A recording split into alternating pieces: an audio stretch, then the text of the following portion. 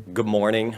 My name is Sean Pritchett. I am the Director of Finance for the City of Sioux Falls, and I am here today to talk about the city's property tax refund program, similar to what we did about the same time period last year.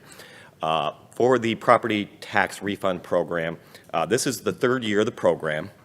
And what this program does is it refunds the municipal portion of our property taxes back to owner-occupied homeowners who are either low-income elderly or disabled individuals. This year, we saw a pretty significant increase in the number of applications that were received for this refund, as well as the amount that was issued. And in fact, between this year and last year, we saw a 57% increase in the number of people who were eligible for the program. We ended up issuing this past Monday 674 refunds for a grand total of about $232,000 of municipal property taxes refunded back to low-income elderly and disabled. And the average was about $345. The max you can qualify for is $500, or the amount that you actually paid for your municipal property taxes. We are grateful for this opportunity this morning to help get the message out about this program because the deadline to apply for it is coming up on April 1st. So wanted to give some details on how one applies for this program. Firstly, you don't have to apply directly to the city for the refund. There is a program with the state of South Dakota called the Assessment Freeze for Elderly and Disabled. That is administered through the county treasurer's office. So what you can do is you go to the county treasurer's office and you ask to apply for the assessment freeze for the elderly and disabled program. And what that does is it frees the taxable assessment on your home. In addition to that, if you're an eligible homeowner within the city of Sioux Falls in either Minnehaha or Lincoln County, those county treasurers send us all the information of everybody who applied and was deemed eligible for that assessment freeze, and we automatically take care of refunding their property taxes, the municipal portion of the property taxes, up to $500 in the next year. But you do have to apply by April 1st of this year in order to qualify for a potential automatic refund next year. Some of the qualification components of the assessment freeze for the elderly program is, one, you obviously have to own your home. Second, you have to have resided in your home for at least 200 days in the previous calendar year. The full and true market value of your home must be $345,340 or less. You have to make less than $40,290 annually if you're a single member household, or less than $51,801 if you're a multi-member household. Again, those who apply for this assessment freeze through the county treasurer's office and are eligible that information is directly given to the city, and we automatically do a refund the following year of the municipal portion of their property taxes. With that, one of the questions people might say is, with that 57% increase in the number of people that were refunded this year, what drove that? The main thing I see is, one, the state legislature, I think last year, increased the property values that could qualify, knowing that a lot of people's property values were going up. They also increased the income limits, and now I believe have reset those based on CPI to increase every year going forward. So that did increase the number of people that were eligible to take part of the assessment freeze program. So that led to a fairly significant increase in eligible individuals. In addition, we've been working harder, I think, to really get the word out as this program matures, getting the word out about the assessment freeze program, so those low-income seniors, low-income disabled individuals that could qualify for the program, that they're aware of the program and they're aware of the April 1st deadline date. So with that, I'm happy to entertain any questions that anyone might have. Just curious, that 57% figure, is that a 57% increase in applicants or refunds issued? Good question. So the question was, the 57% increase, is that an increase in the number of applicants or the number of people who were issued refunds? And the answer to that is, we don't actually see the applications for the assessment freeze program because they are processed and taken in by the county, so I have no idea how many people applied or were deemed qualified or unqualified. The 57% increase was the number of people who were eligible for a refund. Any other questions? All right. Next up, Mayor Paul. Hey, thanks, man. All right, come on up here, guys. This is half presser, half educational experience right now. So I have the privilege of having some members of my Mayor's Youth Council with me today. So Mayor's Youth Council was started 3 years ago, back in 2021, as a way to get young people and youth engaged in our community and engaged in government. And really where it kind of came up was we were just past COVID, and even during the process of COVID, we were making a lot of decisions on our community, and nowhere in the process where we weren't engaging our youth and our high school kids. So when we look at parks and we look at planning and we look at public safety, where along the line were we getting the input and buy-in of high schoolers? And the answer was we weren't. And so we started the Mayor's Youth Council in 2021 to get kids engaged in their city and engaged in city government. I have a few stats here. There's a lot of youth that are disengaged with government and disengaged with their city and with their community. According to a study by the Institute for Citizen Scholars, 33% of youth who are voter eligible have no intention of participating at all in the 2024 election, so 1/3. Which is disappointing. 57% of those say they're dissatisfied with the American democracy. I would say it's probably representative of adults as well right now. And so we need to make sure that we're bringing the next generation of leaders along with us. You know, these guys here are, 17, 18 years old, but in 4 or 5 years, they're going to be out of college, and hopefully they're going to be in this community, and they're maybe going to be running for office, and they're maybe going to be serving on boards, and they're maybe going to be physicians in our community and whatnot. So the decisions we're making today are very important for them in their future. So we have currently applications open for our next Mayor's Youth Council. Chad's going to talk about that. The way the Mayor's Youth Council works in the community is that we have what's called the Mayor's Youth Council that brings 12, 13 kids together from different schools, but then city leaders like Chad Quissel that you're going to hear from in a little bit. Different city leaders help organize activities for these kids, help educate them on what's going on in the city, help get feedback and buy-in from them for our administration.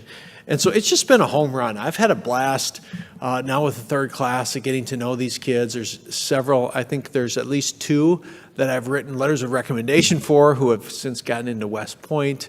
And so the fact that I can get to know these kids and get to see what their hopes and aspirations are for the city honestly gives me a lot of hope for our next generation, because there's some great involvement in these high schools. So I would like to let you hear from a couple of them. The first is Adeline Roths is going to speak, and then we're going to also hear from Nick Moss over at Roosevelt. So Adeline, you're up.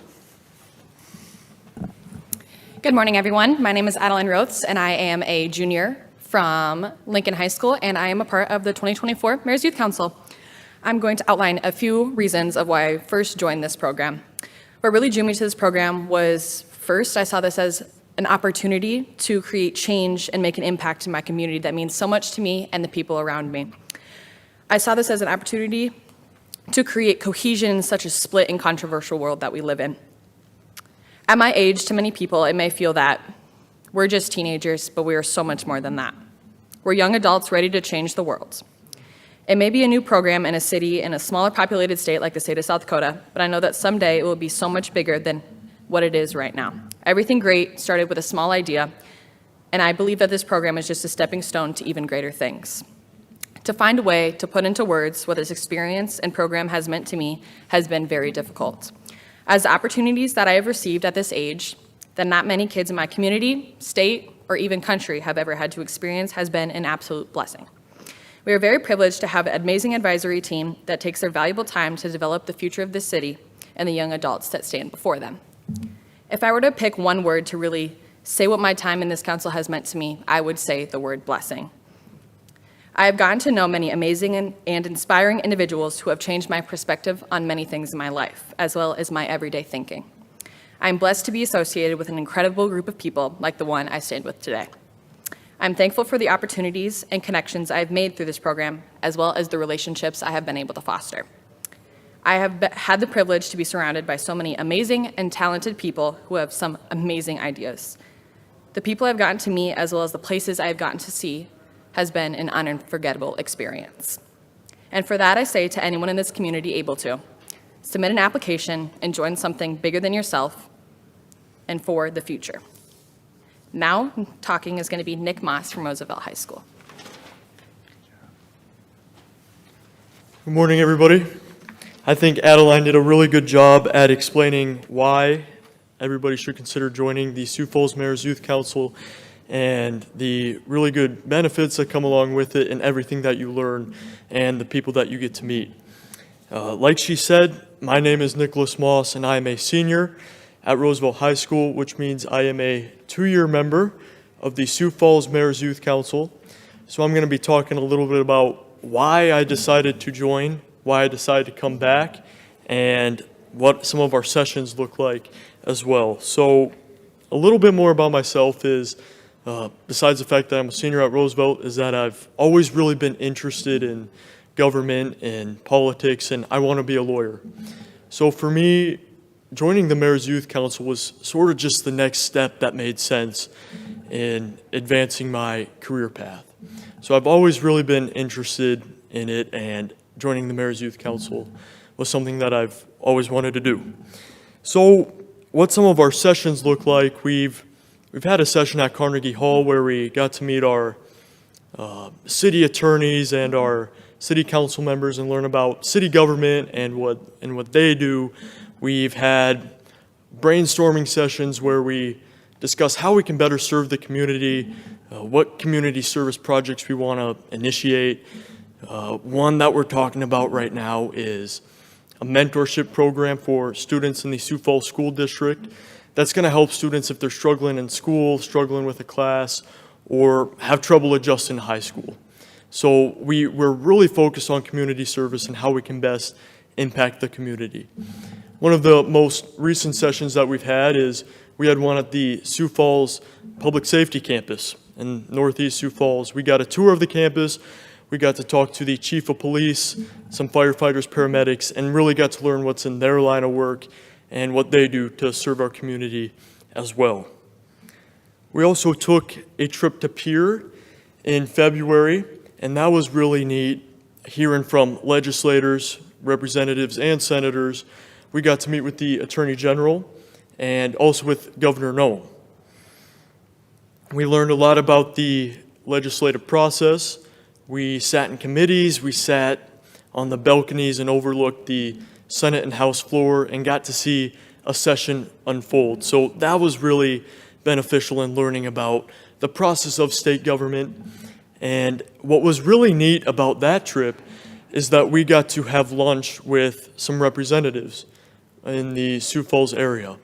And we probably talked to them for about an hour, and we just got to sit down and learn what issues they cared about, what bills they were passionate about, and why they decided to run for public office in the first place.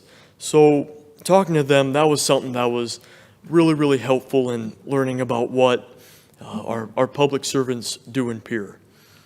So, I think looking back over the past 2 years and learning about city government, learning about city departments, and meeting the people that I've met, working with a diverse group of high school students from all around Sioux Falls, I would recommend the Mayor's Youth Council for any high school student, not just someone who's interested in government or politics, because it's more than that. It's being involved in your community, learning more about how your city operates, and I would recommend it to anybody who wants to be the best version of themselves and really learn a lot more about their community.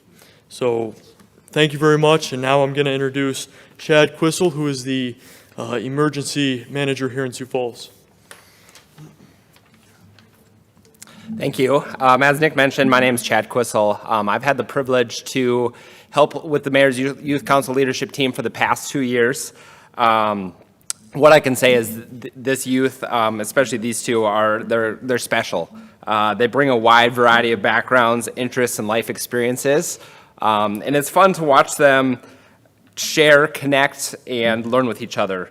As these students finish up high school, we hope to teach them more about local government, how their city operates, and maybe even spark a new passion as they enter a new phase of their young lives. Throughout my time working with the Mayor's Youth Council, We've seen the youth make an impact on each other, city leaders, and this community. Students, this opportunity gives you a platform to cross paths with peers that you may not have connected with otherwise. Parents, the Mayor's Youth Council gives your child an opportunity to establish relationships and connections with local leaders and thousands of others across a wide variety of career fields. We've seen and experienced relationships built not only between the youth, but also between the leadership team that remain today, even years after their time ended on the MYC. So to highlight who is eligible, it is any Sioux Falls student who will be a junior or senior this coming fall. This includes private, public, and home-educated students who live in Sioux Falls. We host meetings monthly during the school year, as well as other activities and events that were previously mentioned. Again, it's a great opportunity to have your voice heard in local government and develop your leadership skills. If you're looking to apply, find the application online at siouxfalls.gov/MYC, and the deadline for applications is the end of March. With that, we can answer any questions you may have. All right, yeah. Can you speak a little bit to the makeup of who is on this Mayor's Youth Council? Yeah, so the exact makeup is we have 12, 13 kids from every high school represented and one homeschool representative on that as well. So what we try to do is make sure that we have a diverse representation of kids across all of our public and private schools. OG Calvin is here with us. He's from Sioux Falls Christian. He drew the short straw and didn't have to speak today. But and so the application process, as we talked about, takes that into account, that we want to get kids from a lot of different schools.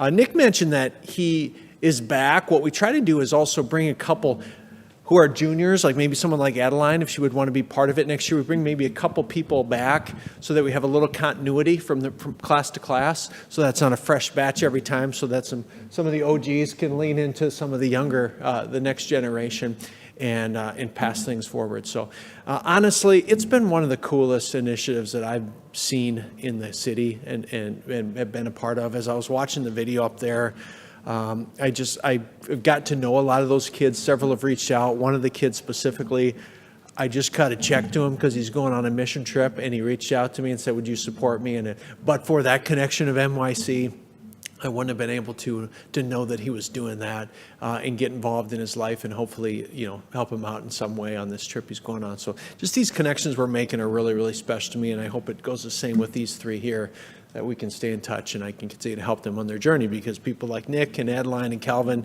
they have big dreams, lawyer, physician, whatever they want to do, but I want them back here in Sioux Falls. I want to give them a good experience during their time in high school through the MYC, so they say, hey, we want to come back to the city that we got to know during our high school years because we love it here. All right. Well, thank you for coming today, and have a great rest of your week.